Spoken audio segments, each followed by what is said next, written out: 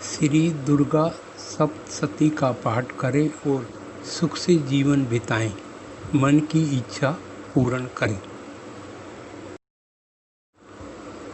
दोनों ही बहुत दुखी हैं। जिसमें प्रत्यक्ष दोष देखा गया है, उसी विषय के लिए भी हमारे मन में पैदा हो रहा है। महाभागा, हम दोनों समझदार हैं तो भी हम में जो मोह पैदा हुआ है वो क्या है?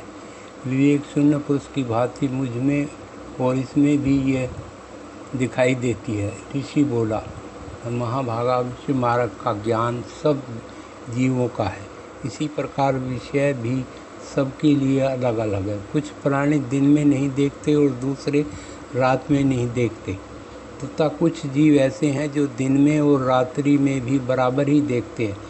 ये ठीक है कि मनुष्य समझदार होते हैं, किंतु केवल वो ही ऐसा नहीं होते। पशु पक्षी और मृग आदि सभी प्राणी समझदार होते हैं। मनुष्यों की समझ भी वैसी ही होती है जैसी उन मृग और पक्षियों की होती है, तथा जैसे मनुष्य की होती है वैसी ही इन मृग पक्षी आदियों की होती है। ये तथा अन्य बातें भी प्राय दोनों में समान ही हैं। समझ होने पर भी इन पक्षियों को तो देखो, वो स्वयं भूख से पीड़ित होते हुए भी मोहबस बच्चों की चोंच में कितने चाव से अन्न के दाने डाल रहे हैं। नरश्रेष्ठ, क्या तुम नहीं देखते कि ये मनुष्य समझदार होते हुए भी लोभवश अपने किए हुए उपकार का बदला पाने के लिए पुत्रों की अभिलाषा करते हैं? यद्यपि उन सब में समझ की कमी नहीं है, यथापि वो संसार की स्थिति बनाए रखने वाली भगवती महामाया के प्रभाव युक्त मोह के गहरे गर्त में गिरे गए हैं। इसलिए इनमें आश्चर्य नहीं करना चाहिए।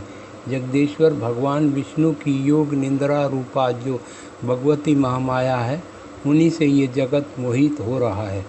वो भगवती महामाया देवी ज्ञानियों के भी चित्त को बलपूर्वक खींचकर मोह में डाल देती है।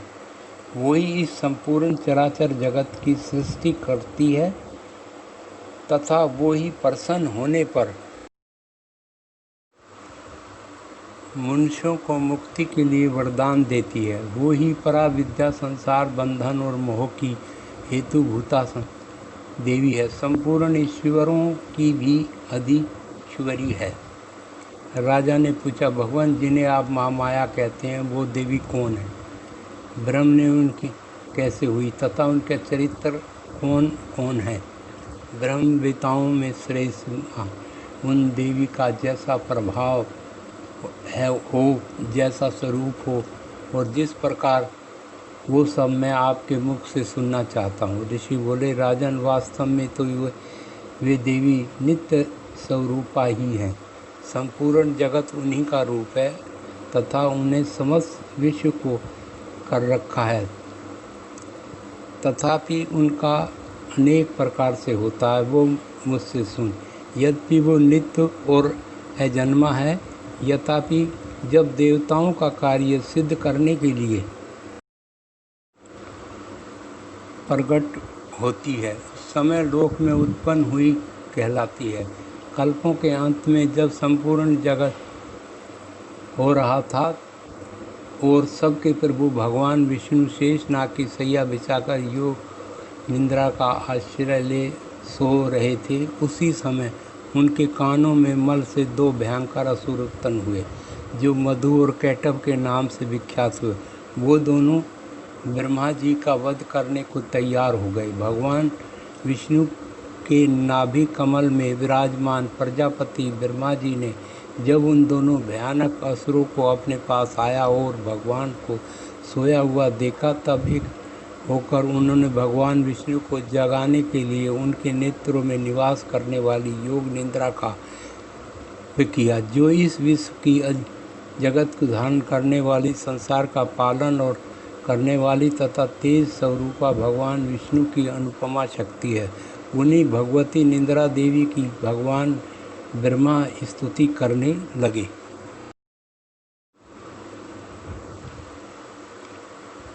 देवी तुम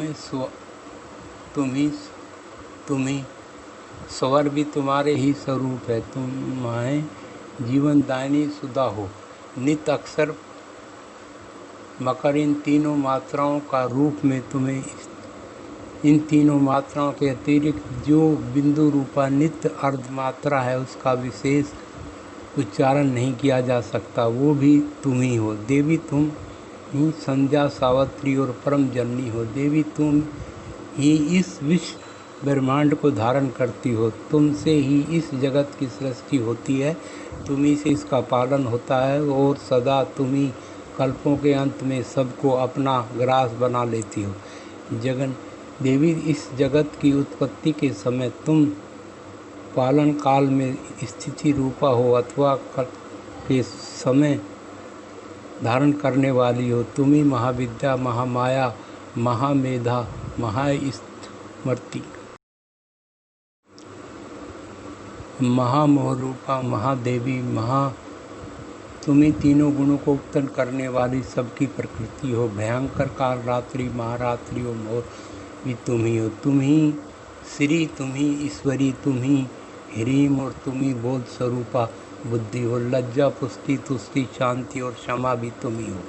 तुम खड़ग धारणी, शूल धारणी, गदा, चक्र, शंख, धनुष धारण करने वाली वाण, ये भी तुम्हारे अस्त्र हैं। तुम इतना ही नहीं, जितने भी पदार्थ हैं उन सब की उपेक्षा तुम अधिकतम सुंदरी हो।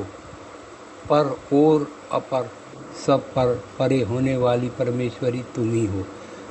सर्व स्वरूपय देवी, कहीं भी सत्य असत्य रूप जो कुछ वस्तु है और उन सब की जो शक्ति है वो तुम ही हो। ऐसी में तुम्हारी स्तुति क्या हो सकती है जो इस जगत की सृष्टि पालता है। उस भगवान को भी जब तुमने निंद्रा के अधीन कर दिया है तब तुम्हारे कौन समर्थ हो सकता है।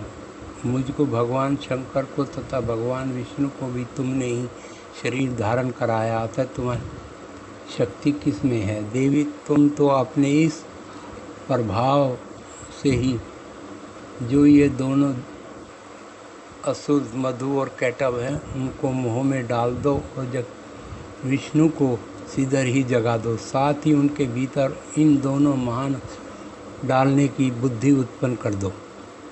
ऋषि कहते हैं, राजन, जब ये मधु और कैटव को मारने के उद्देश्य से भगवान विष्णु को जगाने के लिए तमोगुणी की देवी की योग निंद्रा की इस प्रकार स्तुति की, तब वो भगवान के नेत्र, मुख, नासिका, दैववक स्थलों से निकलकर ब्रह्मा जी की दृष्टि के समक्ष खड़ी हो गई। योग निंद्रा से मुक्त होने पर जगत के स्वामी भगवान जनार्दन उस के जल में शेषनाग की सैया से जाग उठे। फिर उन्होंने उन दोनों असुरों को देखा।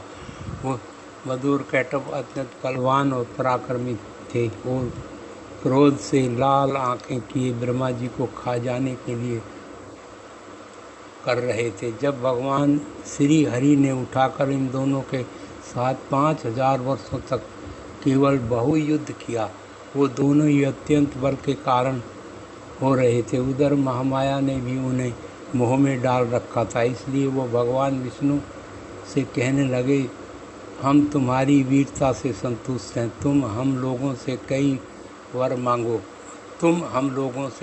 मांगो। श्री भगवान बोले, यदि तुम दोनों मुझ पर प्रसन्न हो तो अब मेरे हाथ से मारे जाओ, बस इतना ही मैंने वर मांगा है, यहाँ दूसरे किसी वर से क्या लेना है। ऋषि कहते हैं, इस प्रकार धोखे में आ जाने पर जब उन्होंने संपूर्ण जगत में जल ही जल देखा, तब भगवान से कहा, जहाँ पृथ्वी जल में डूबी हुई ना हो, वहाँ सूखा स्थान हो, वहीं हमारा वध करो। ऋषि कहते हैं, तब यथास्तु कहकर शंख, चक्र और गदा धारण करने वाले भगवान ने उन दोनों के मस्तक अपनी जंघा पर रखकर चक्र से काट डाले। इस प्रकार ये देवी महामाया ब्रह्मा जी की स्वयं प्रकट हुई थी। अब पुनः तुमसे उनके प्रभाव का वर्णन करता हूँ, सुनो।